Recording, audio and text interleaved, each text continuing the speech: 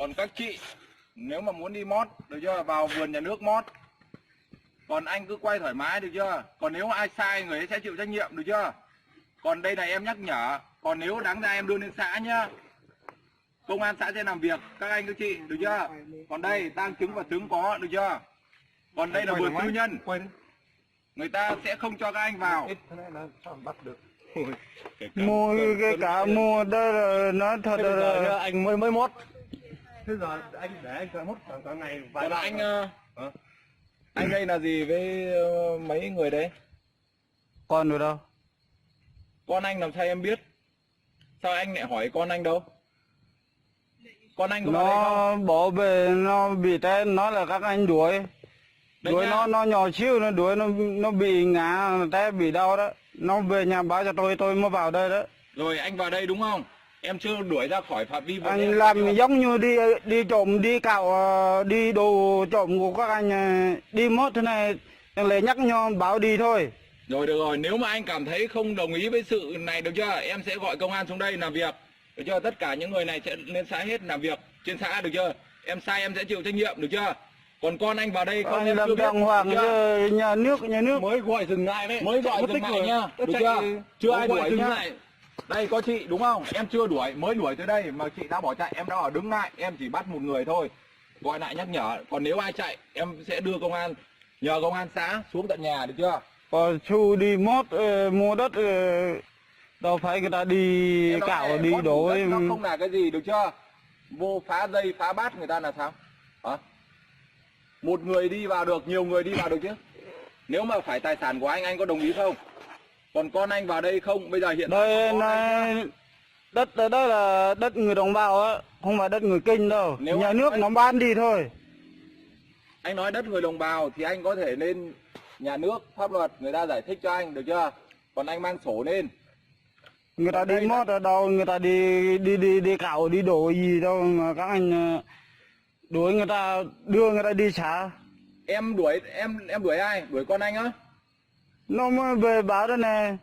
Thế con anh vào đây ăn trộm đúng không? Con anh vào đây ăn trộm phải không? Trộm gì nó đi với mẹ đây này, đi bóc mua đất đây này. Đây là... Thế mà sao chị bảo là không có con chị vào đây? Đây nhá.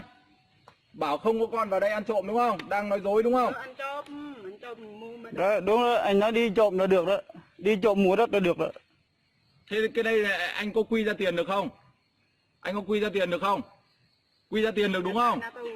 Bây giờ mang ra quán mủ quy ra tiền đúng không? Có phải là ăn trộm không? Anh làm vừa phải chứ.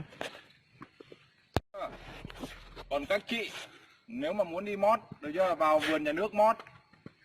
Còn anh cứ quay thoải mái được chưa. Còn nếu ai sai người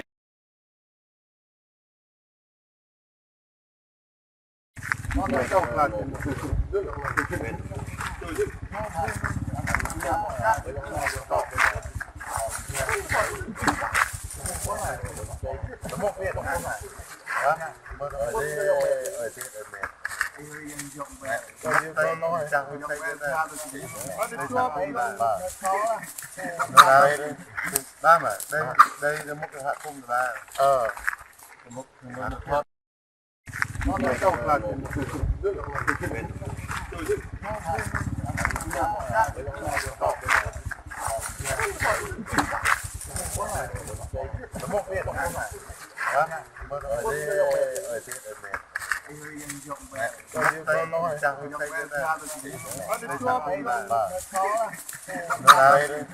ba mà đây là một cái hạ cung của ba một nó trồng là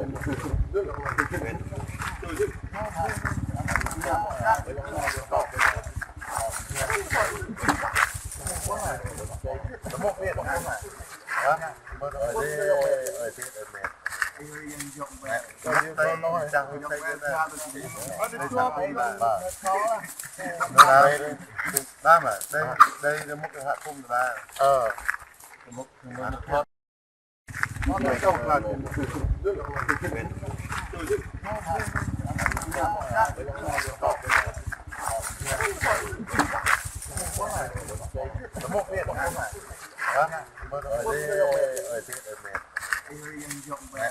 đây nó chẳng thấy cái này đây hạ cung là ba mà đây là một cái hạ cung là ba một